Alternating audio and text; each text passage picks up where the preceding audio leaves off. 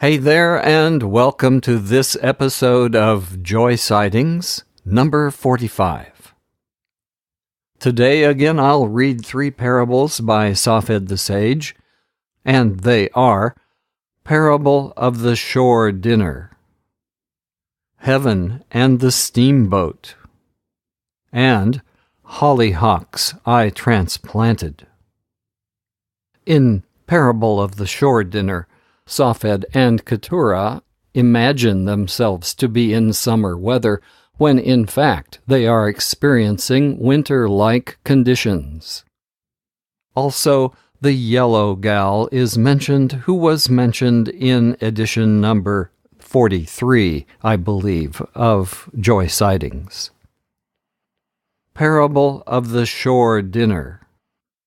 The winter went out like a lamb, but the spring came in like a lion. And there came a day that blustered, and the night was furious. And we went to a restaurant for dinner, for the Ethiopian maiden had married the man who chose her instead of the yellow gal. And I said to Keturah, "Let us not flee from the cold. For next summer that is what we shall be seeking. Yea, we will then rejoice whenever we shiver. For this is the great folly of mankind, that in winter they are happy when they swelter, and in summer they are thankful when they freeze. Now we will reverse the process. It is a fine large night. Let us go down to the beach and have a shore dinner. Behold, this is Friday." Now we came to the restaurant, and we looked over the bill of fare, and I spoke to the waitress, and I said, "Bring unto us clam chowder." And we ate.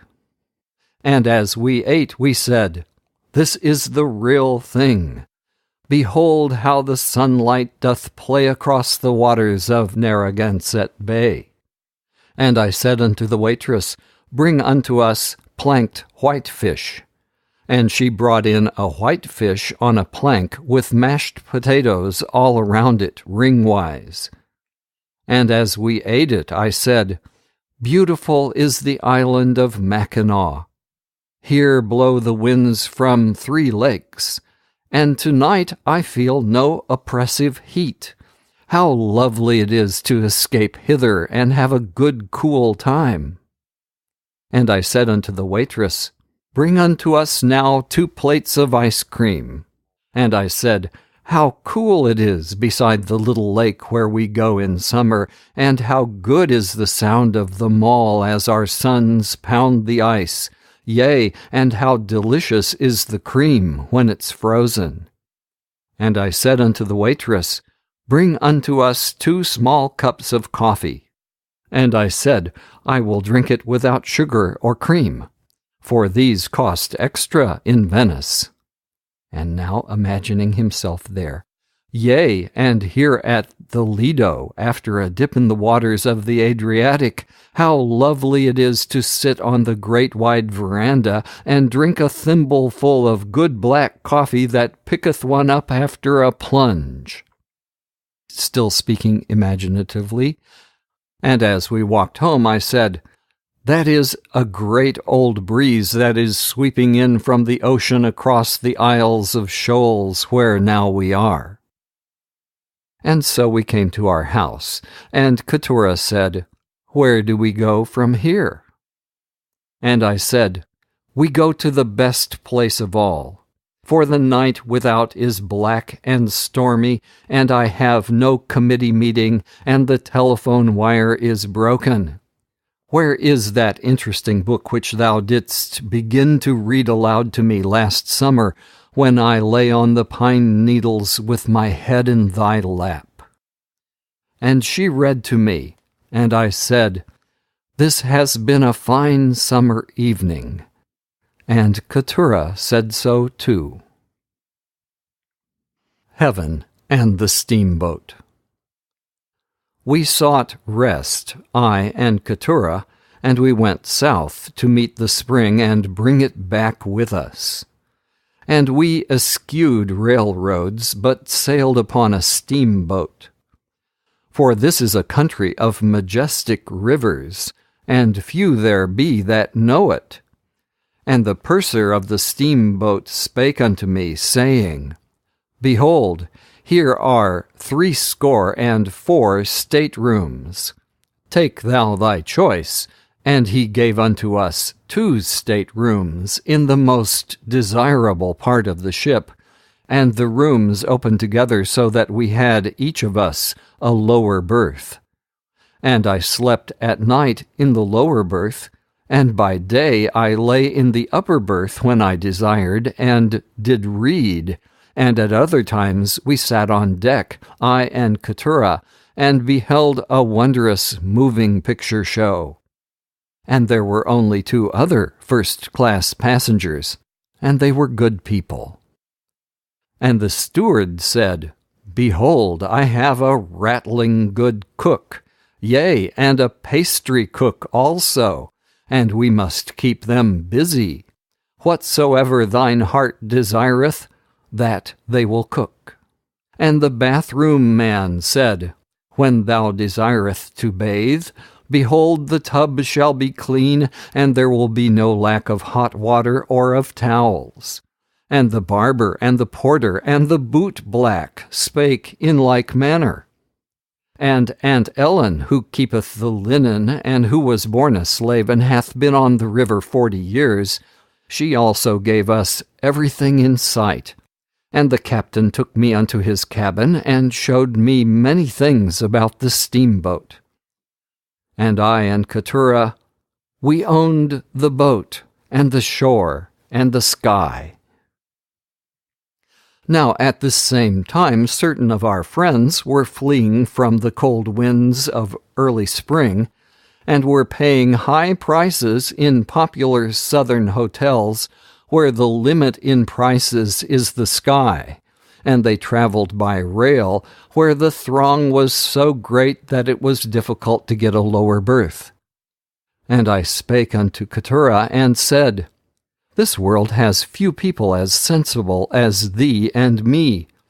I am glad I married so sensible a woman, and thou so wise a man. And I said, It is lucky that the way to heaven is not reserved for the wise, but that wayfaring men, though fools, may not err therein, for there are few others traveling. I'll say that again in easier-to-understand English. It is lucky that the way to heaven is not reserved just for wise people, so that even if some traveler is a fool, he may successfully enter, for there are few others traveling toward heaven. For the way of the sinner is expensive and disappointing, and I sometimes fear that we shall have more room than we need in heaven. Hollyhocks I transplanted. The winter was long and cold, and the spring came timidly. Many were sick of the people whom I loved, and some of them died. And we took Easter lilies from the house of God and laid them upon the new graves of those who were dear to us. And I went often to the place appointed for the dead, and beside every grave did I speak words of comfort, and in every grave did I bury a part of mine own heart. And I was weary and sad, and I said, Wherefore doth God take men away in the midst of their years? Why hath life so many sorrows? And it was the first spring in our new house, and I went to the house where formerly we did live, and I said unto the people that dwell there, Give me, I pray, of the hollyhocks that I have planted here, for there be enough for me and for you. And they said, Take what thou wilt, are they not thine own? And for those thou dost leave, we are grateful. So I digged among the hollyhocks where they were thick, and took up those that were too crowded. And I carried them carefully, and brought them to the new house that is hard by the house of God. But the hollyhocks didn't understand what I did. And they complained, and I listened to them, and they answered me, saying, Behold, thou didst plant us here, and we have grown and done well. Wherefore dost thou remove us? Do we not make this place beautiful, so that we are, instead of weeds, in this spot? And behold our roots, how thou dost tear them, and lay them bare, and do them violence. Why are thy ways unequal? And wherefore dost thou destroy the hollyhocks of thine own planting? But the hollyhocks knew not that I had a place prepared for them, neither did they understand that they were to blossom more abundantly in my garden hard by the house of God.